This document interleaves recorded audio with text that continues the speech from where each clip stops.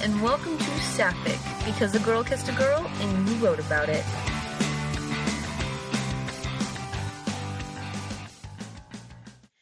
Hey guys, welcome back to another episode of Saffic. I'm Kid. And I'm Saint. And if you've been paying any attention at all, we've kind of been gone for a while. We had a few things going on personally and whatnots, but we're back. We're back. Yeah. And we're back, as promised, to talk about Orange is the New Black. We have mixed feelings. There's like a whole mixed bag of feelings that I'm just going to pull out from and talk about, I guess. That's what we're here for, though, isn't it? I suppose. We're not here to talk about fan fiction or anything. I mean, why would we want to do that? It's not like our podcast is about fan fiction or anything. Who wants that? No one. So, Saint and I, we were talking a while ago whenever we were discussing what we were going to talk about in this episode specifically. We shared that we had prior to starting that, you know, this season was kind of the last chance of the show. Yeah, Orange, you know I like to attribute names to problems, and Orange is the New Black has what I have officially dubbed Orange is the New Black syndrome. And that's when a TV show does so well and they can't keep up.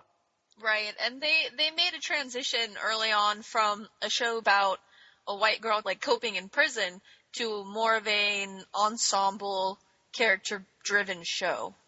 I love me some good ensemble character-driven shows. And that is the shining point of the show. Like, whenever they do that good, they do it so good.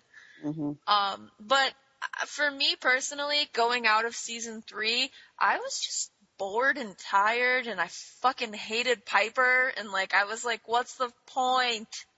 Yeah, I definitely think that the writers listened to the fans. This season was kind of the Band-Aid to go on the boo-boo.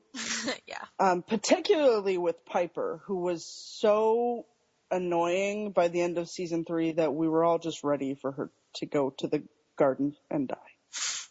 Right, so they kind of, in season 4, they kind of pulled back from being so Piper-focused, and she definitely did have a large part in this season, but it was more kind of as an accessory to, like, a theme. Right, and I think the writers took in what we had to say. I think they realized, like, hey, nobody likes Piper, and if we want to salvage this show, we need to play to our strengths. So we dealt a lot with other characters this season, which, you know, they've done in past seasons, but I think more so this season than other seasons. And they turned Piper's real annoying character into somebody a bit more likable. If not likable, certainly someone who you might have felt a twinge of sympathy for. Yeah, definitely more sympathetic. Yes. So going into the season, yeah, we were kind of like, this is it, and at least on my side, by and large, I was pleased with this season. I had definite issues, but overall, I might watch season 5. I'll definitely watch season 5. Season 3 was it for me. I said, if season 4 sucks, I'm fucking done with this show. I think they're renewed for at least 6 seasons, so I think, don't quote me on that, but I believe I've read that they have 6 seasons guaranteed, and I think they knew that if they were going to continue, they really needed to make some changes, and for me, they made those changes, so I'm good. I'll watch season 5. Spoilers, guys. If you haven't watched this season yet, don't listen to this episode. Yeah, the podcast is over if you haven't watched the season, because I think it's been enough time. You know, Orange is the New Black is the kind of show where everybody watches it in the first, 2 weeks, and then you're open to spoilers. Sorry. Well, okay, that being said, this season was really fucking dark. I like dark. It seemed to be centered around some major themes, and all of the themes dealt with issues, and from that, the characters really flourished or floundered. Let's be honest here. There was a lot of darkness in this season. I think that what I enjoy out of darkness is confrontation. Like, I like darkness that leads to confrontation. Darkness for darkness' sake can be a little much for me. And there were parts of this season where darkness for darkness' sake was just a bit too much. Yes. The crazy guy, when he made Maritza eat that baby mouse, like, that was just darkness for, like, that was fucking weird. Like, that was the line for me. I was like, okay, guys. I get it. He's crazy. Yeah, they could have left that out. I think that they did a sufficient job of proving his insanity throughout the season with his comments and his little power plays without having to have Maritza eat that little baby. I'm not saying they shouldn't have done it. Like, I'm not saying that I didn't feel like there was enough backing it to make it more than just a shock factor. True. Kind of a thing. True. So we've talked about that guy. I don't really want to talk about that guy anymore. He's creepy. And to be honest with you, I really felt like his character didn't really bring much to the show, except for, a gun. Yeah, he did. He was the one who brought the gun. I actually just rewatched the last episode with some friends of mine who were seeing it for the first time, and when he bent down and showed that gun, I was just like, well, that can't lead to anything bad. Like, what the fuck did you think was gonna happen, dude?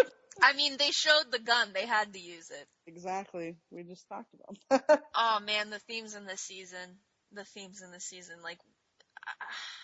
The aftermath of rape was a big part of this season. And I think there were probably more than a few people who were a little icked by the way that storyline wrapped up. What do you think about the way that storyline wrapped up?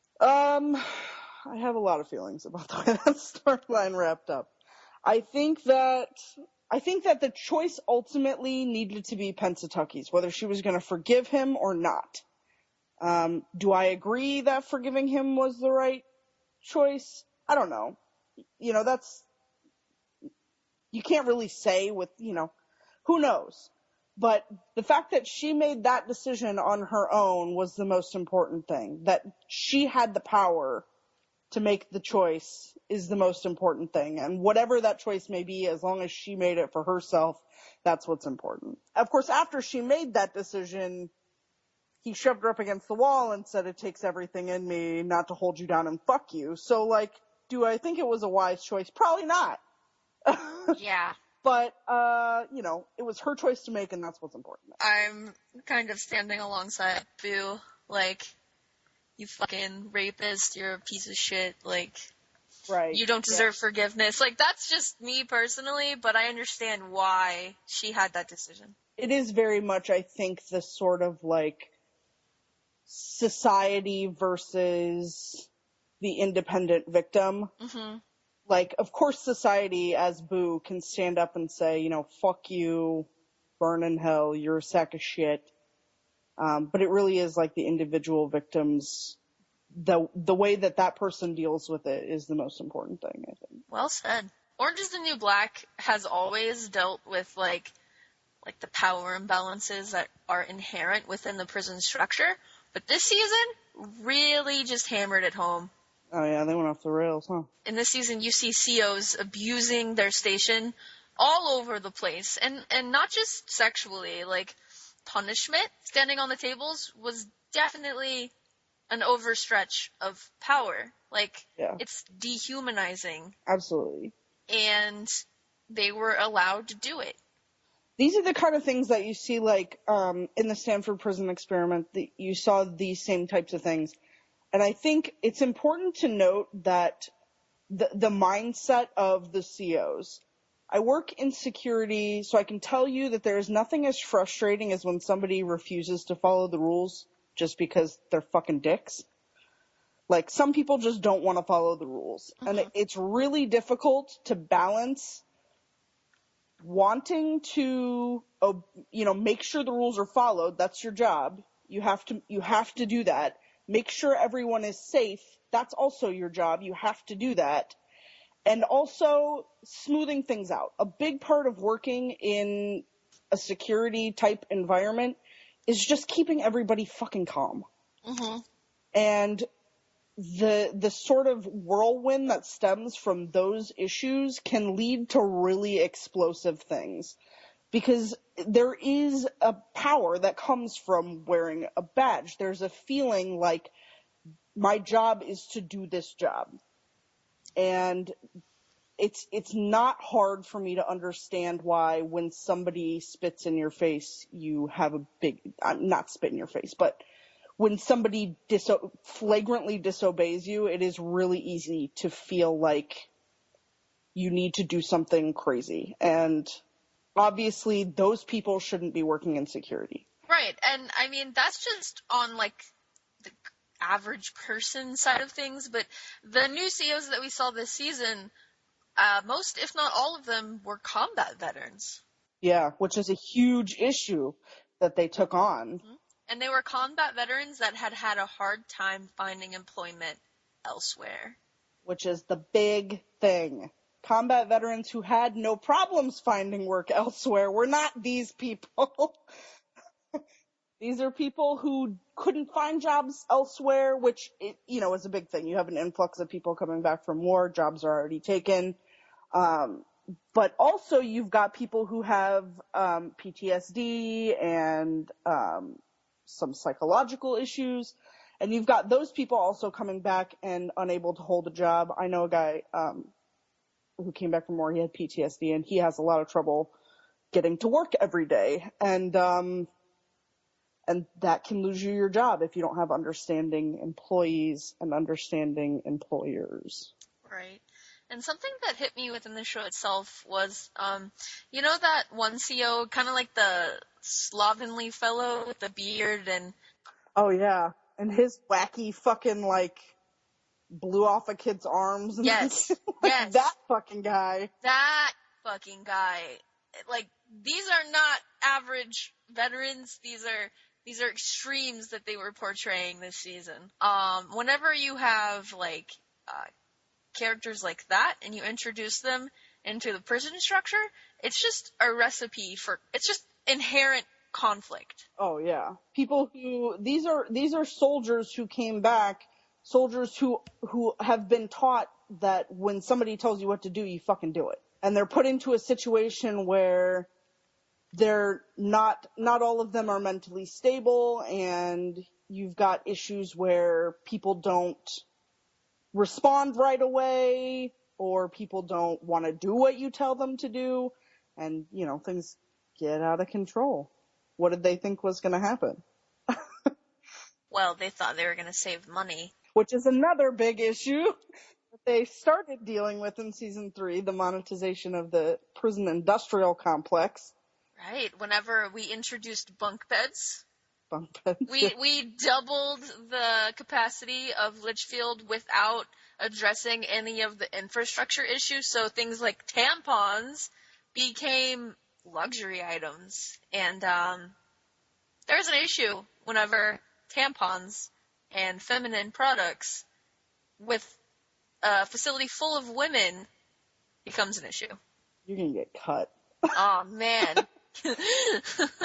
So, you saw through Caputo's storyline this season, kind of he was really put into the good guy in a bad place, trope. Yeah, you can certainly sympathize with him. I think where he you see that he is trying to do good.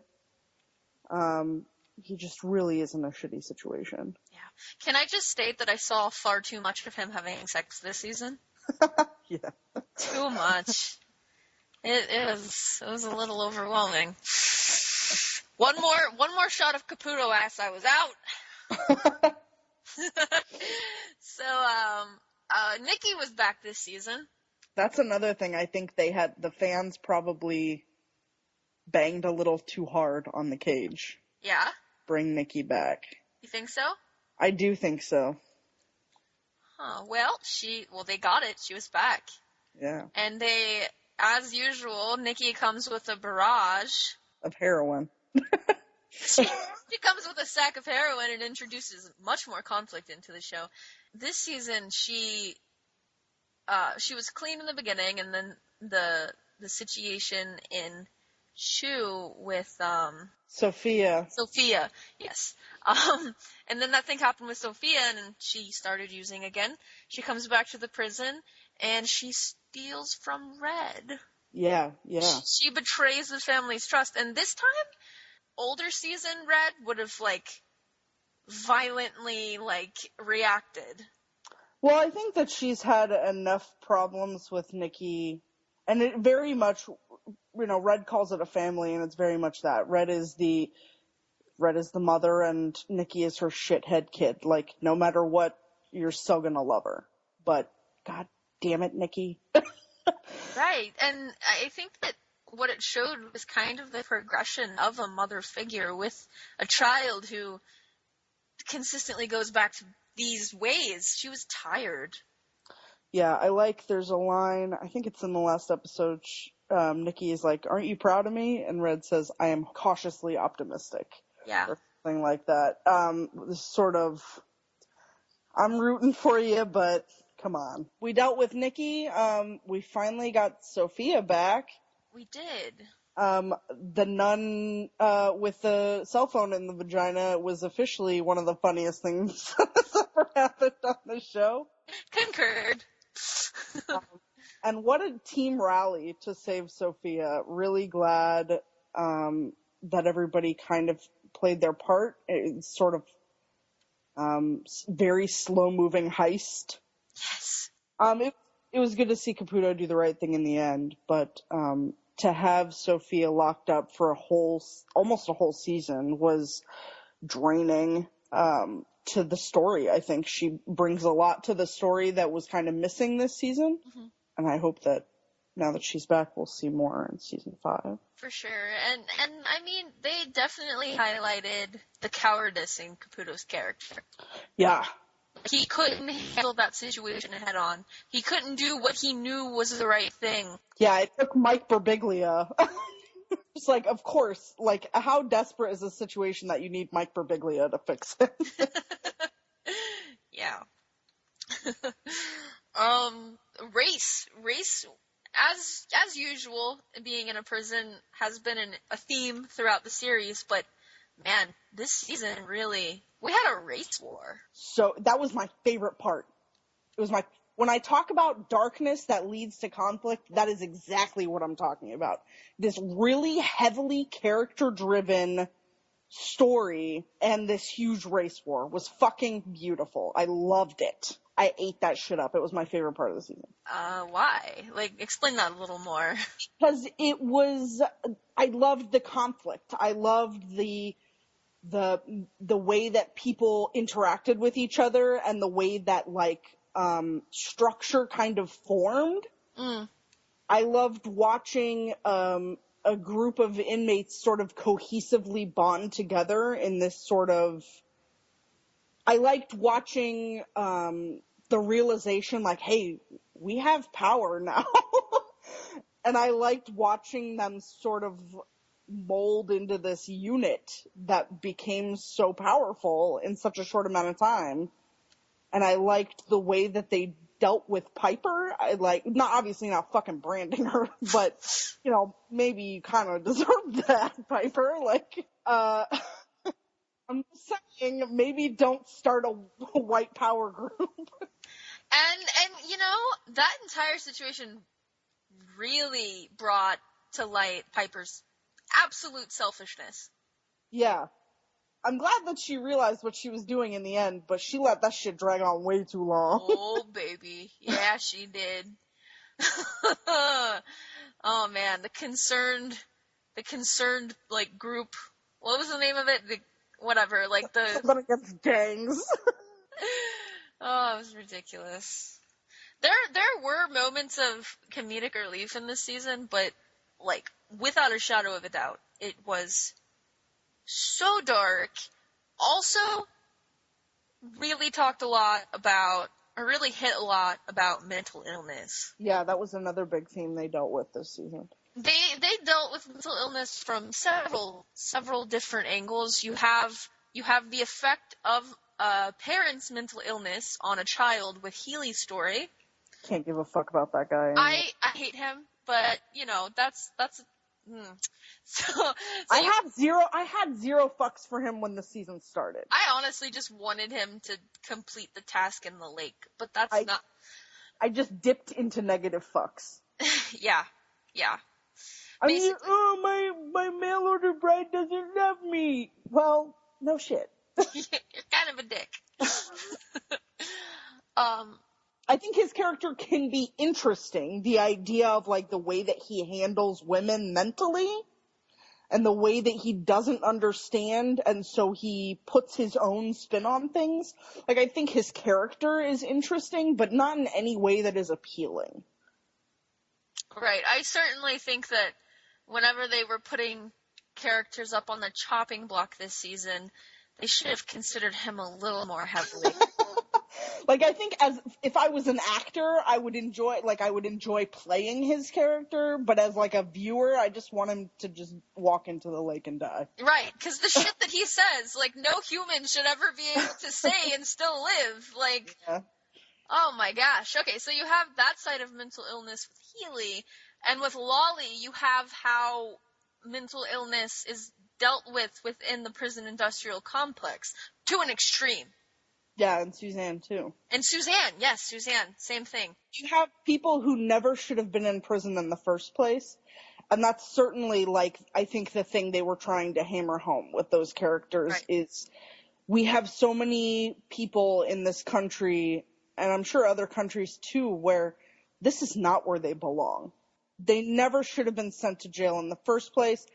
Lolly is an even bigger extreme. Suzanne committed a crime and someone died because of it. And though I don't think she should have been in prison, she certainly, like, committed a crime and somebody died. But it was even then, it was a truly tragic situation.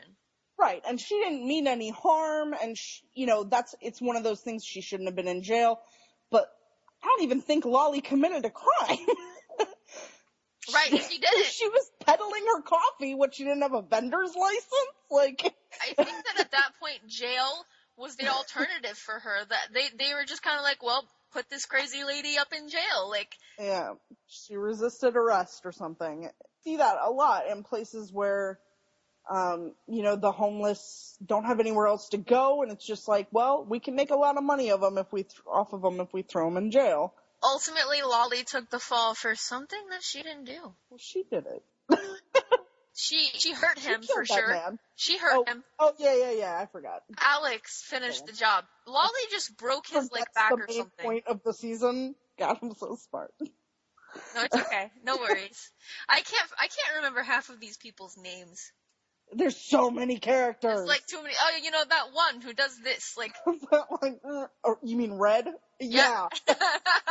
Right. You mean Piper, like the main character? Oh yeah. I forgot Alex's name for a minute earlier. I was like, wait. Oh my god. The one with the glasses and the eyeliner? Yeah. So Alex is the one who actually murdered that man, but Lolly took the fall for it, and I think there's certainly going to be some fallout on Alex, and I think a little more tragic than Lolly this season. Suzanne, like, really broke. She was broken. I love her. I love her. I just watched Tallulah, the Ellen Page movie, and the actress who plays Suzanne is in that movie. She is unbelievable. It's amazing to see her. She plays a CPS agent, a pregnant CPS agent. Not at all crazy. And, like, of course, seeing her in award shows and, like, on the red carpet with this beautiful woman, not at all crazy in any way. But she plays crazy so well that you double take. You're like, oh yeah, I forget you're not actually fucking losing it. She was great in that movie. She's great in Tallulah. I recommend it.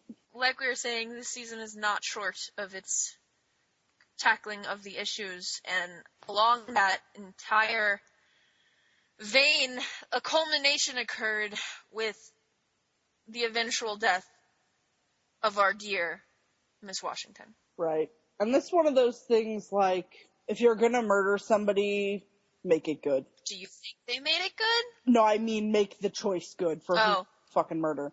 And they did. Poussey is one of those characters where, you pull anyone who watches the show aside and ask who's your favorite character, and then you have to preface it by saying, other than Poussey. Right. Because she's literally everyone's favorite character. And they had to pick her, I think, because she is truly the only, like, deeply good character on the show. Like, morally, truly, deeply good character. One of the very few. And she's everybody's favorite, and she's fucking adorable, so of course they murdered her. Her smile lights up the screen. The whole, yeah, like, oh god. You have a problem with them killing Pusey. To me, it felt like what they were trying to accomplish was not effective because they made a victim also out of the corrections officer. I can't remember his name. I cannot remember his name. We should have done our research. We really should have. The kid. We'll call him the kid. The kid, right. So I can't be held responsible for all these names. There's 50 fucking people on this show. Right. Right. So the kid, they also made a victim, and I understand that they wanted to bring those characters, like, together at a crossroads, and, like, they were both caught up in a shitty, like, situation within a bad system, but those things do not anywhere near match the gravity of the situation that is going on in America. Right. Yes, I do understand what you mean. Like, I don't think there was a good way to do it, is what I think. I think if you're going to make that statement, you have to make the statement, and they decided they were going to do it, and they did it. Do I think that it was executed well? In some respects, yes. But I do understand what you mean in that, like, it felt very transparent, but I think the transparent feeling was meant to come across as being very raw. I think that's the feeling they were going for, is sort of a very bare bones, raw feeling. Yeah. And that did come across in moments. The moments, specifically with Tasty. Tasty. If any person on this show this season should win an award, it is for Tasty and that one shot. That's not the shot for me. The Really? shot for me is when she's running down the hall after she hears Caputo say they're not going to blame that kid. Yeah. And she's fucking banging on the walls and she's screaming. And also when they're in the bunk, and when they're in the dorm, and it's supposed to be lights out, but they're keeping the lights on, and she's just fucking pacing and, like, banging her hands against the windows. Like, that, like, holy crap. That was powerful. You're right. It was really good. I believe that actress's name is Danielle. She did a fantastic job.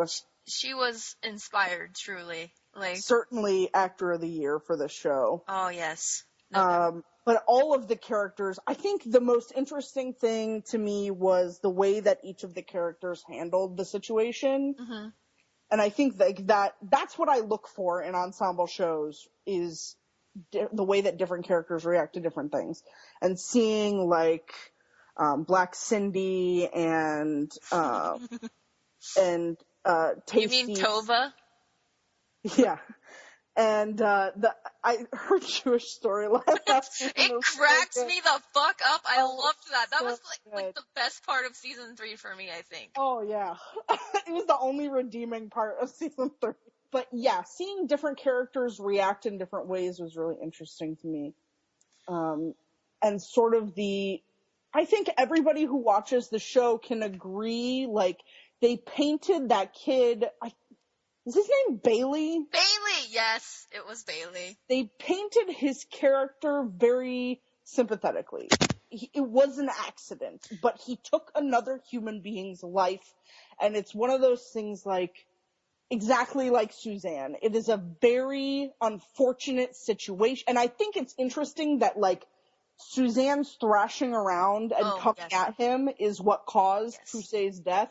An accidental death landed her in prison, and she caused an accidental death. Of someone who she loved. Someone she loved. She loved her, yes. And I like the way she dealt with it, too. The trying to put the books on her chest and then eventually knocking down. And Brooke. She was trying to, like, smother herself in books. And I vaguely remember Tasty being like, you need to stop. Like, I cannot handle this right now. Right. Like, you need to stop trying to kill yourself and pull your shit together. Like, I think that's just her way of dealing with grief. Like, Yeah. I don't think she was trying to kill herself. I think she just needed to understand what it felt like for Pusey. Like, I mean, I'm not saying that she was actively trying to commit suicide. I'm just saying that, like, she was trying to smother herself. right. Like, with books. She needed to know what that felt like, yeah. Yes. And I think it's interesting that she specifically chose books. Yeah. Something that Pusey has such a hard tie to. She did that on purpose. Right. Like, yeah. For sure. Oh, man. So. If she didn't do it on purpose, the writers certainly did. Right. I think the writers were pretty heavy-handed this season. I think we can officially say that this season the writers, like, made a different category above heavy-handed. Yeah, for sure. Which is not something I look for in TV shows. No. But I think there were a couple lines that were subtle enough that were interesting to me. The book thing, I liked that. The thing I hated, can we talk about the last episode? Yes. Do you want to talk about the last episode? I fucking hated how they pulled us through Pusey's perfect day. Did you? So fucking, there were some things that I like about it. Like, I like that, that's obviously the day that she got arrested, yes. right? She got arrested for trespassing and intent to sell. So that's obviously the day that she got arrested. And I like that, and I like that she ran into the kid, Bailey. Mm-hmm. I like that she ran into him, and I like that. That's pretty much it. Yeah. I felt like this, like, I don't know. I didn't like it. It was almost like with that episode, they were saying both Black Lives Matter and Blue Lives Matter, which. Duh, but, like, it's not the fucking point. Right. It's not the fucking point. If you're trying to say that Black Lives Matter, it's almost as if they were trying to muddle it up with everything else, too. Yeah, I see what you mean. I like to think of it like, I guess you can look at it, I feel like the way you're looking at it is as like a very, I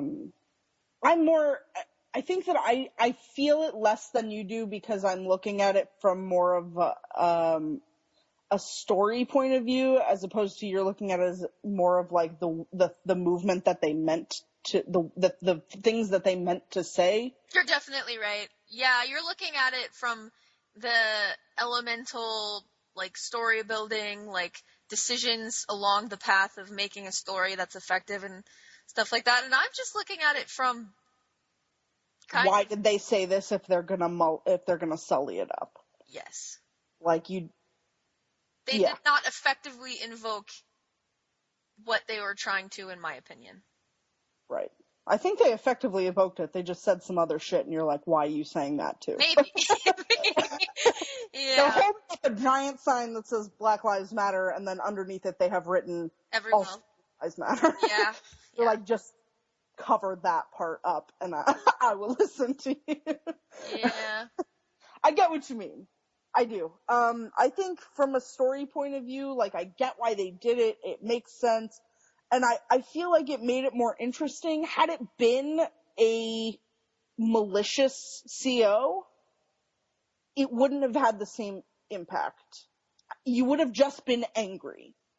Which, like, I am angry that she's dead. I'm angry that this happened, but I can recognize it. Like, even if the circumstances had been exactly the same, accidental death, but it was one of the malicious new COs, you would have had a completely different perspective. And I don't think it should have been one of the malicious COs. I think it should have been anyone but Bailey.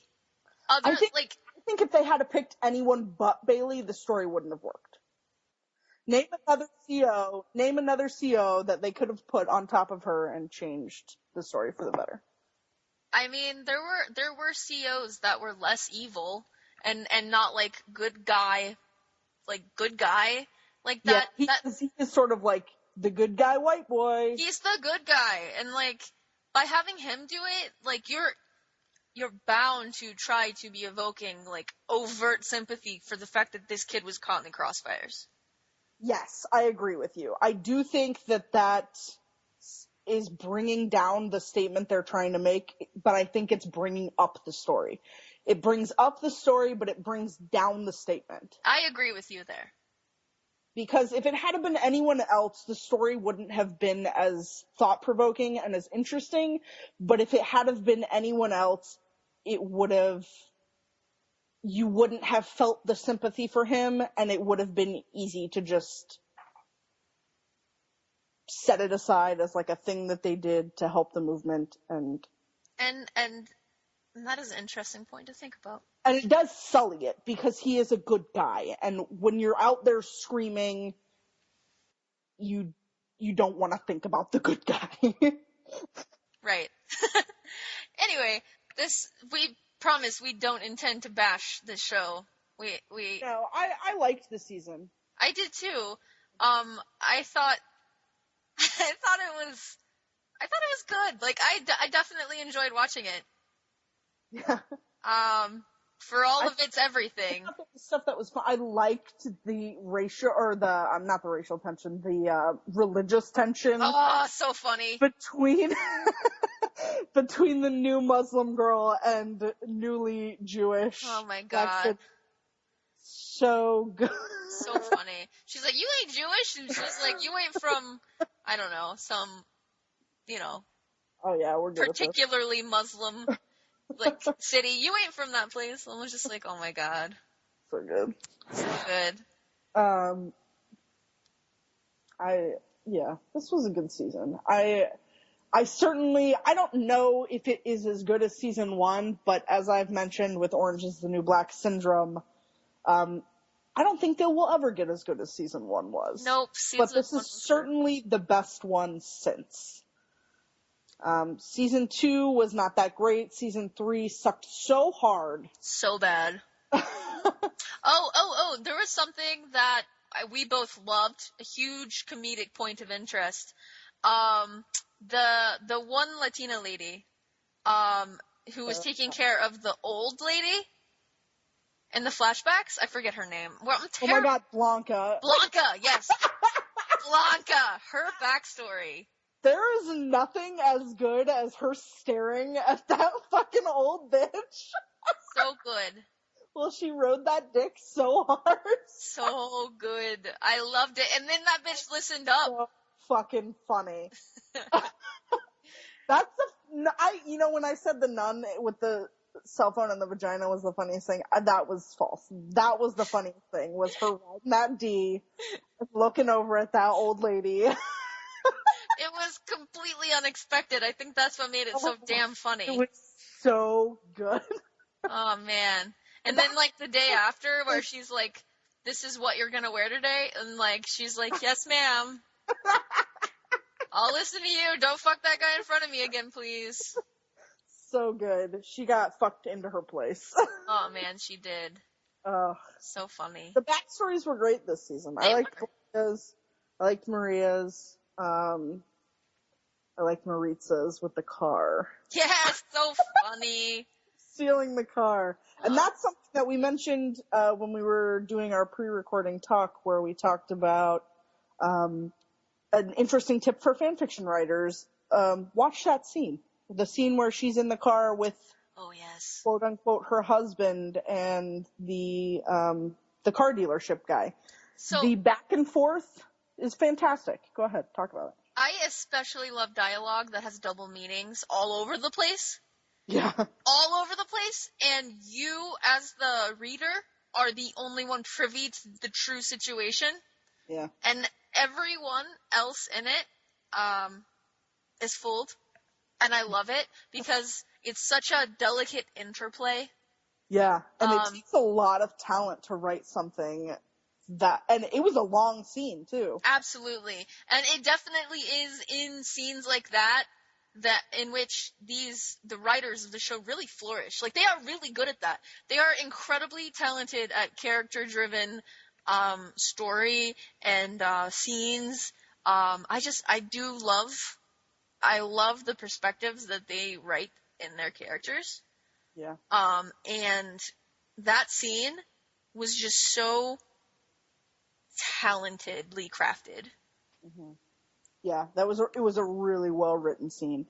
People who are looking to up their writing skill, I definitely suggest rewatching that scene a few times and looking at the really delicate interplay between characters, the way that characters physically present themselves in situations where they're nervous like that, as well as the flow of the dialogue is really on point. Excellent scene. Yes. And like, if you're writing a scene, it can help you be not so on the nose, because your characters are saying one thing, but you know that they're feeling a different way.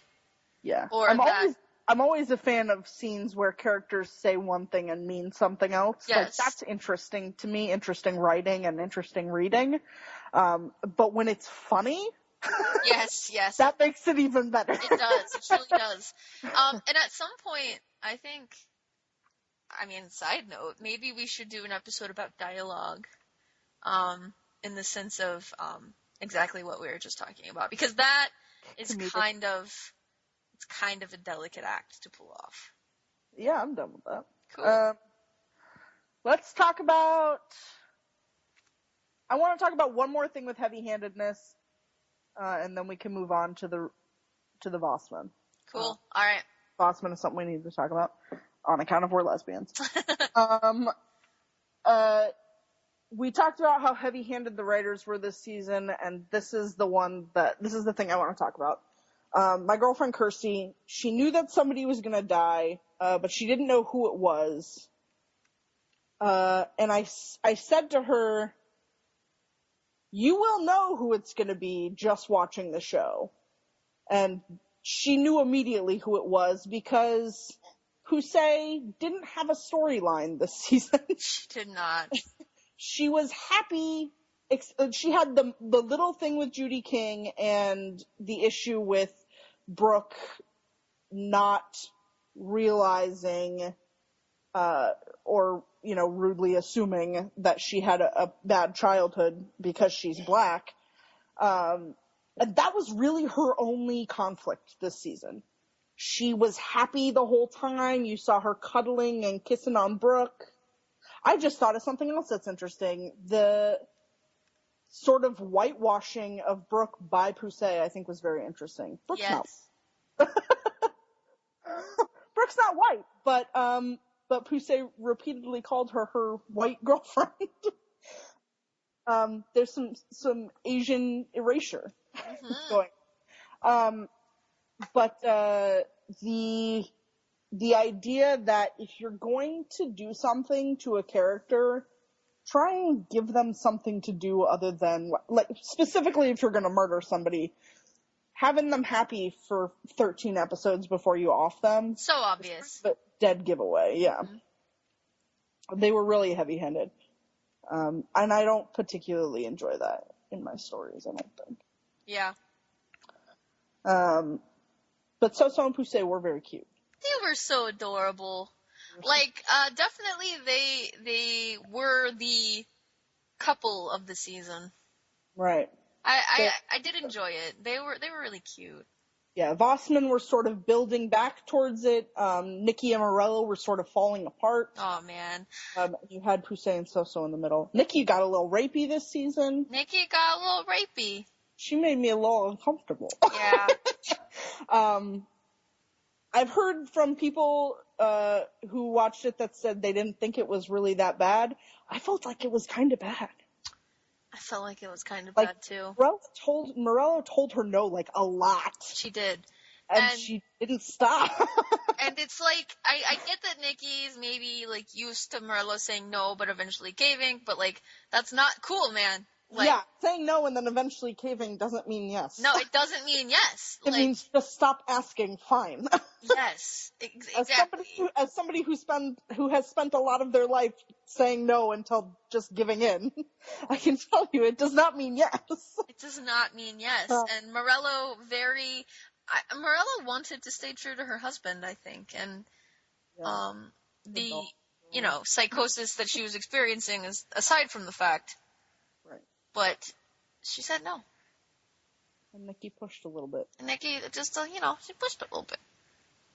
I did like the the interplay in the last episode where they kind of finally snapped and started yelling at each other. I'm always a fan of when characters just fucking snap and yell at each other. It's a hobby of mine. It's good shit. I love building to a point where they snapped. I think that's my favorite. I think writing the mounting tension. Actually, whenever I'll write like the snapping scene. Yeah. Like I get inspiration to write the snapping scene, and then I kind of like work backwards and build my way up to it. I think we should also do an episode on the way that writers write, because you write very differently than I write. We do have very different styles, yes. Like not necessarily the stories that we write, but the actual physical way we write is very different. Oh, yeah. We should talk about that. Well, right. We got 2 new episode ideas just from doing this episode. Amazing. Okay, moving on. We're going to talk about Boston, and then I'm going to do a little short fic review, and we're going to wrap this sucker up. Yeah. How do you feel about Boston? So, I mean, at the beginning of the season, at the end of season 3 and at the beginning of the season, I was kind of meh about it. Like, I felt like they were not good for each other. They did not need to be around each other. Like, I'm one who is down for fucked up relationships. I mean, obviously, like, I love Kofi and they're incredibly problematic. But Vossman was just, I was over it. But somehow, throughout the course of the season, I kind of wanted them to cuddle. And I'll tell you exactly how. They put Alex in a emotionally unstable place. They made Piper sympathetic, and then they made Piper comforting. That's how you make that happen. Was effective. From a writer's point of view, that's how you make it happen. Yeah, I didn't want them to fuck. Like, I didn't want to see them, like, go back to their, like, old patterns, but I definitely wanted that comfort, cuddly, like, mushy relationship shit to happen. For sure. It's a byproduct of making Piper more likable again. Right. I think that's the best thing they could have done for the show, is make Piper more likable again. They were going in a dangerous direction. Everybody hated her. Even people who were, like, wanted to give Piper the benefit of the doubt hated her. I tried to give Piper the benefit of the doubt until it was impossible. Yeah. About midway through season 3, I was like, okay, I've had enough of you. Yes. You can leave now. I think the trust no bitch, I was like, yeah, thumbs up, girl. But then, like, that was it. I was done again. Yeah. It was a momentary flicker of good job. So making her more likable, putting her in a really vulnerable position, and putting Alex in a vulnerable position, kind of, when you write yourself, this is another interesting thing that we can talk about with writing, is when you write yourself into a hole, like, Piper is so unlikable, you don't want them to be together, you think that, Alex can do better, and Alex is much more, in season 3, she was much more the audience's character, like, you are seeing through her eyes and going, what the fuck are you doing with your life, Piper? Mm-hmm.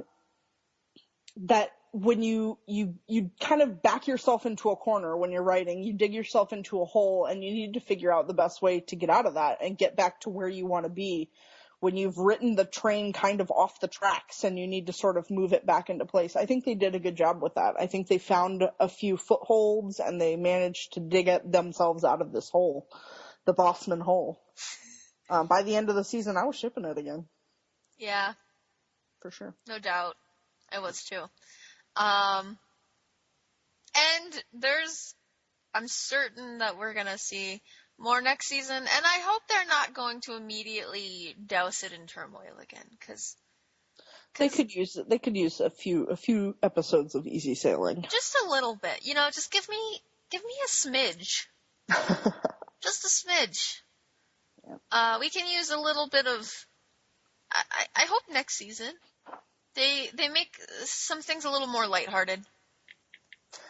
Yeah, there was some funny parts in this season, but I'm always down for prison hilarity. Yeah, right. So, obviously there are going to be a lot of things to deal with next season. Yes. There will be fallout and aftermath. But I hope we kind of get to a middle point with the dramatics. Because... All right. What? Oh, sorry. No, continue. Well, just because one of the things that I really loved originally about the show was how fucking hilarious it was. The show is a very funny show. Yeah. Season 1 was hilarious. Yeah. So let's end this discussion and dip into our fic review. I read 2 fics, one of which was so bad I'm not going to tell you about it. I'm going to mention it by name. It was terrible. I couldn't really find a lot of good Orange is the New Black fics. I did read one. The problem with it is it's not completed. There are 12 chapters out of question mark. Which is not ever something you really, it's ever good. It's called, The Cage is Full, The Day is New, and it's by Benaries. Banerries. I'm assuming it's like a mix between bananas and berries. It is cute. It is Zombie Apocalypse hits Litchfield. It's Zombie Apocalypse AU. The reason that I liked it is I thought that the voice was very good. There's the chapters are short, which helps with kind of the speed of things, like moving things along really quickly. But I felt like it could have been fleshed out a little bit more. Like I wouldn't have minded fleshing it out. You know, I wouldn't have minded reading extra stuff.